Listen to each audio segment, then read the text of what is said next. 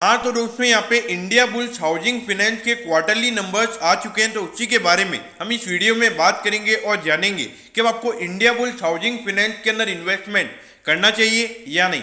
चलिए शुरू करते हैं। तो देखिए, सबसे पहले अगर हम कंपनी के टोटल रेवेन्यू की अगर हम बात करें तो पिछले क्वार्टर के कंपैरिजन में यहाँ पे जो कंपनी का रेवेन्यू है वो 2% गिरकर 2321 करोड़ का यहाँ पे कंपनी का टोटल रेवेन्यू इस क्वार्टर में निकल कर आया है। और अगर प्रॉफिटेबिलिटी की अगर हम बात करें तो वो यहाँ पे 2% बढ़कर 282 करोड़ का यहाँ पे कंपनी को टोटल नेट प्रॉफिट इस क्वार्टर में हुआ है। तो यहाँ पर अगर आप देखोगे एकदम कांस्टेंट परफॉर्मेंस हमें यहाँ पे क्वार्टरली बेसिस पे देखने को मिला है।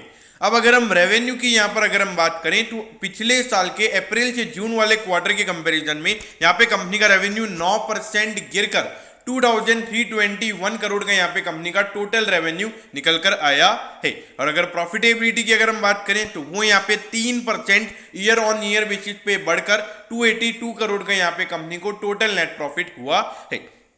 तो अगर हम नेट प्रॉफिट के नंबर को अगर हम देखेंगे तो क्वार्टरली बेसिस पे भी ये कांस्टेंट है, ज़्यादा बदलाव देखने को नहीं मिला है। और अगर ईयरली बेसिस पर अगर हम बात करें तो सिर्फ 3% की ग्रोथ हमें नेट प्रॉफिट में देखने को मिली है। तो यहाँ पे ज़्यादा ग्रोथ हमें यहाँ पे देखने को नहीं मिली है। और ऑल्दो यहाँ पे ईयर ऑन ईयर बेसिस पे कंपनी का रेवेन्यू गिरा है तो वो थोड़ा नेगेटिव हो सकता है।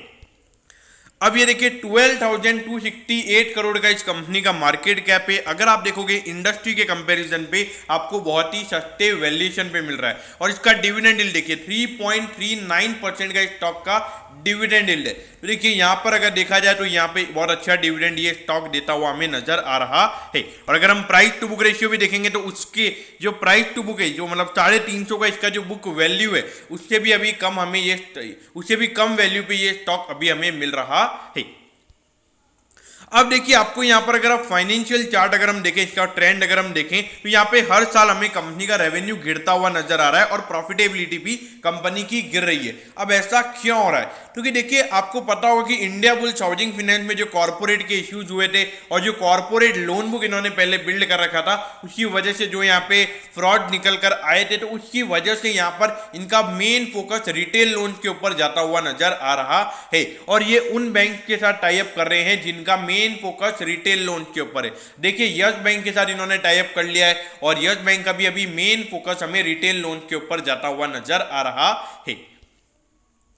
अब ये देखिए 270 पे ये स्टॉक अभी ट्रेड हो रहा है। देखिए अगर फंडामेंटली अगर वैल्यूएशन के पॉइंट ऑफ व्यू से अगर हम बात करें तो वैल्यूएशन पॉइंट ऑफ व्यू से ये स्टॉक काफी अट्रैक्टिव मुझे पर्सनली नजर आता है। और अगर बात करें लॉन्ग टर्म के लिए तो देखिए मुझे लगता है कि जो हाउसिंग फाइनेंस के जो मार्केट है पूरा ये पूरा अंडर पेनिट्रेटेड मुझे अभी नजर आ रहा है। आने वाले टाइम पे मुझे यहाँ पे बहुत ग्रोथ अवेलेबल लग रही है। और इंडिया बुल्स हाउसिंग फाइनेंस जिसका बिजनेस सेटअप है, और अगर ये डिफरेंट बैंक के साथ अगर ये टाई अप करते हैं तो इनका बिजनेस आने वाले टाइम पे 15 से 20% की ग्रोथ दिखा सकता है। तो यहाँ पर एक पेशेंट इन्वेस्टर ने इन्वेस्ट करना चाहिए। एक कंजर्वेटिव इन्वेस्टर अगर आप हैं तो आपने इन्वेस्ट करना चाहिए। मॉडरेट काइंड ऑफ इन्वेस्टर हैं तो भी आपने इन्वेस्ट करना चाहिए। हाँ, थोड़ा एग्रेसिव इन्वेस्टमेंट यहाँ पे नहीं होना चाहिए क्योंकि थोड़ा पेशेंस यहाँ पे इंडिया बुल्स हाउसिंग फाइनेंस आपका टेस्ट कर सकता है। तो दोस्तों मैं होप करता हूं कि इंडिया बुल्स हाउसिंग फाइनेंस के नंबर्स के बारे में आपको सब कुछ पता चल गया होगा। अगर आपकी कोई भी क्वेरीज है तो आप कमेंट कीजिए, मैं जरूर आपके कमेंट पर रिप्लाई